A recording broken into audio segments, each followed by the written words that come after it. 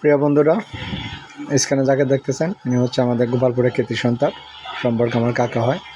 তো যে কথাটি উনি মাইক দিয়ে বলতেছিলেন, সে মসজিদের ভিতরে প্লাবনের ক্যাসের জ্বালায় কথাগুলি বোঝা যায়নি, সে প্রেক্ষিতে আমি একটু পুনরায় বলতেছি।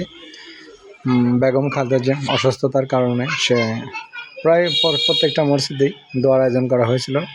সেক্ষেত্রে আমাদের গোপালপুর কেন্দ্র মসজিদ উপলক্ষে তিনি অংশগ্রহণ করেন, আর সেই নিজে স্বয়ং দাঁড়িয়ে তার সুস্থতা কামনা করেন বা সকলের কাছে দোয়া চান, আর সর্বজনীন মানুষের কাছে দোয়া চেয়েছেন, আর তবারকের ব্যবস্থা করেন।